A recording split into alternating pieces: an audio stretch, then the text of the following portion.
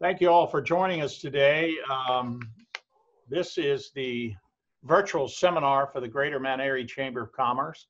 I think I've met most everybody in the room, and I've met the Congressman once before, but I'm Randy Collins. I'm the President and CEO of the Chamber, and I'm in my offices here in beautiful downtown Mount Airy, North Carolina, and which this week, by the way, if you don't know, is Mayberry Days going on all week long. So celebration of all things Mayberry. So if you find yourself in this part of the world, come see us. And they're trying to figure out how to do the whole Mayberry thing in the midst of COVID. So the Chamber's doing very well. Busy fall coming up for us, so you'll hear more about what's going on at the Chamber. How this is going to work today is after I introduce the Congressman, we're going to let him speak, and then we're going to take your questions. We prefer to take them in the chat feature, and we think that works a little bit better so that we're all not talking at once. And then make sure to try, we'll do our best to get all the questions asked and answered, but we hope that will work well for you if you have not been on a Zoom call before. So, but we appreciate really everybody being here. We hope this will be a good program for you. Part of the Chamber's mission is to be an advocate for our members. So we do our best to keep in touch with the local governments, the towns, the city, and the county, and our friends in Raleigh and on the state government level. But we certainly also try to keep in touch with our U.S. senators and our Congress members of the House that represent us here in the 10th District. So, and there's a lot going on at the federal level now, and I thought it was time. And certainly, if you've ever talked with our congressman or a senator, you know it's difficult to get on their calendars sometimes because they're moving between the district and Washington. So, but it certainly is a pleasure to have with us Patrick McHenry, and I want to talk, give you a brief bio on the congressman. Mr. McHenry is serving his 8th term in the U.S. Congress, where he represents the citizens of North Carolina's 10th District. Congressman McHenry's district comprises all or parts of the 8 counties in western North Carolina, from the suburbs of Charlotte to Asheville in the Blue Ridge Mountains. In the 116th Congress, Congressman McHenry serves as the Republican leader of the House Financial Services Committee, a committee he has served on since he was elected to Congress. In his role as Republican leader, Mr. McHenry continues to advocate for innovative solutions that increase access to banking services and credit for American families and small businesses, which I know has been on people's minds too.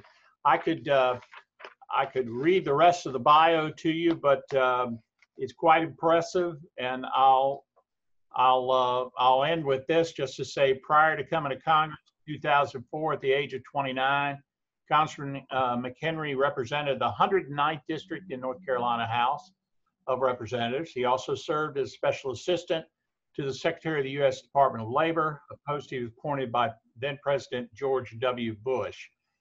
On the personal side, Mr. McHenry is a graduate of Ashbrook High School in Gastonia, North Carolina, and Belmont Abbey College.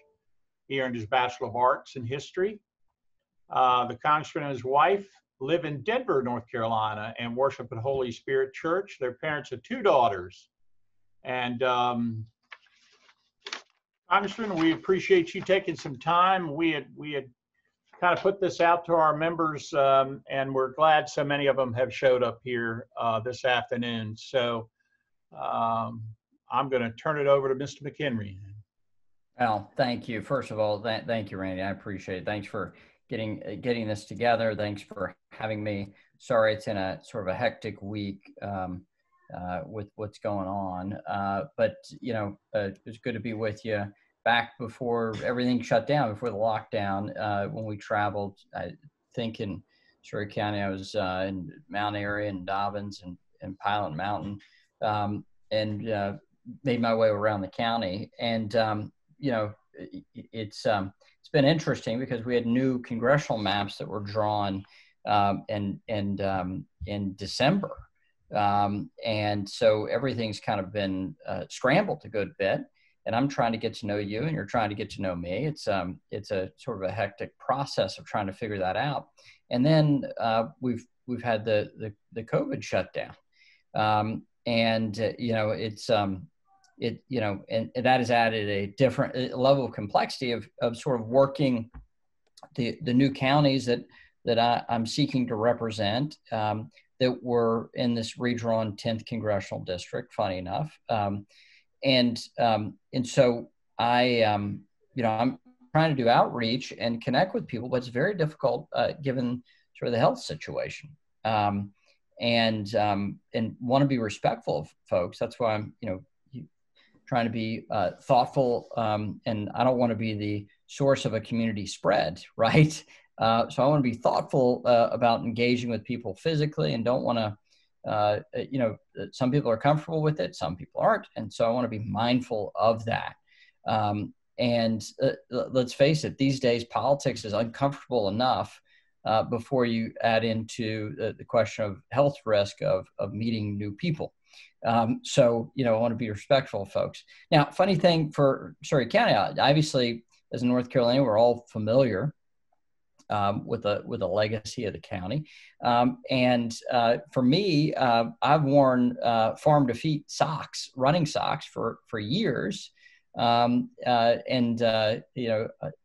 to have that great manufacturer of an American product, from soup to nuts, if you will, and really thought it was great, and honored to actually have them in the district now. So why don't I just sort of start at the top line here? In March, we came together really quickly with the best information we had on a bipartisan basis to pass the CARES Act. And the CARES Act was trying to provide that immediate response to what we thought was going to be a serious pandemic with a massive shutdown of our economy. But the duration of it was, according to public health experts, going to be similar to what the flu season was like, in that not that I'm saying COVID is the flu. It's not. It's a much more serious health issue, but it was going to model out like the flu in that it would be much worse in the winter, and then as you get to summertime, it would be much better. And then you go back to the fall and winter again, and it would be problematic, just like the Spanish flu of 1918.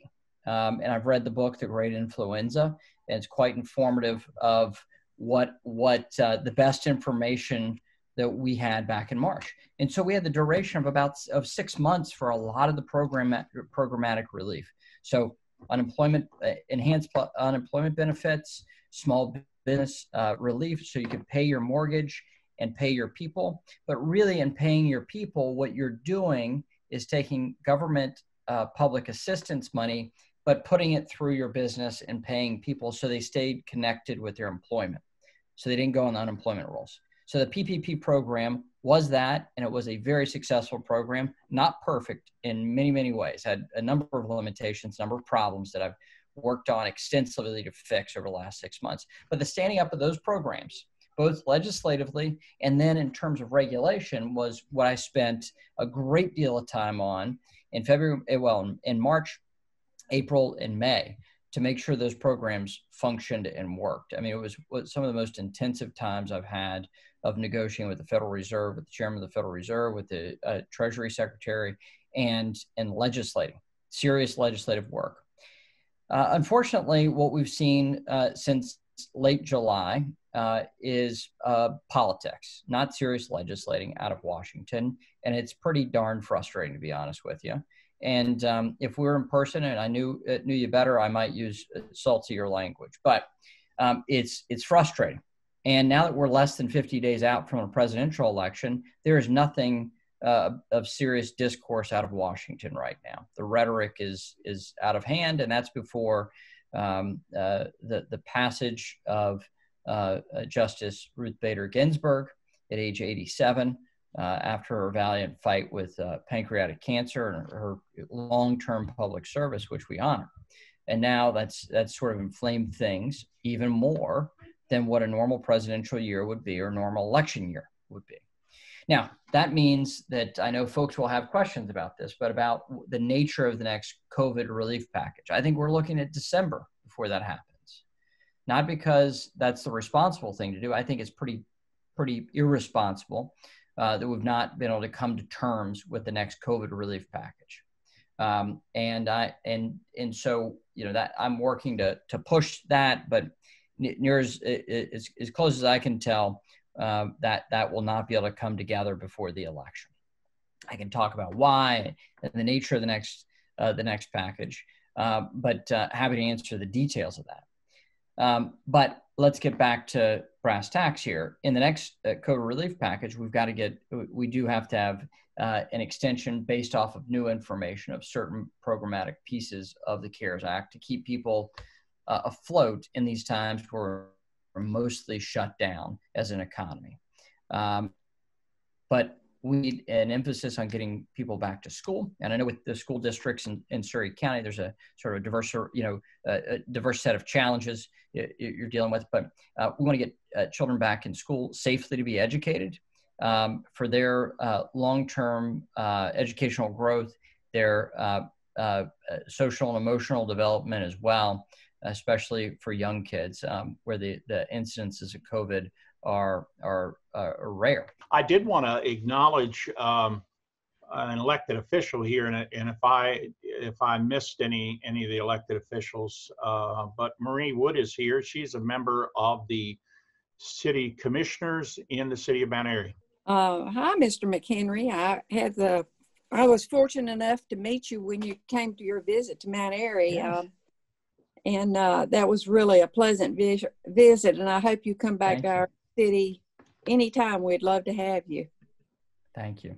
And I'm sorry it's such a frustrating time. It is for us too. It's hard to move forward when you're not sure what the future is going to bring.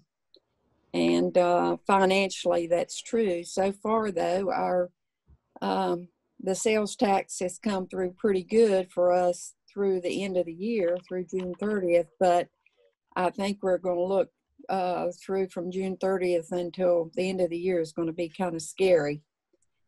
So I hope we can move forward with another stimulus for everybody. Well, Marie, thank you. And thanks for your service too. I mean, but public service should be about public service and trying to do the best for our communities.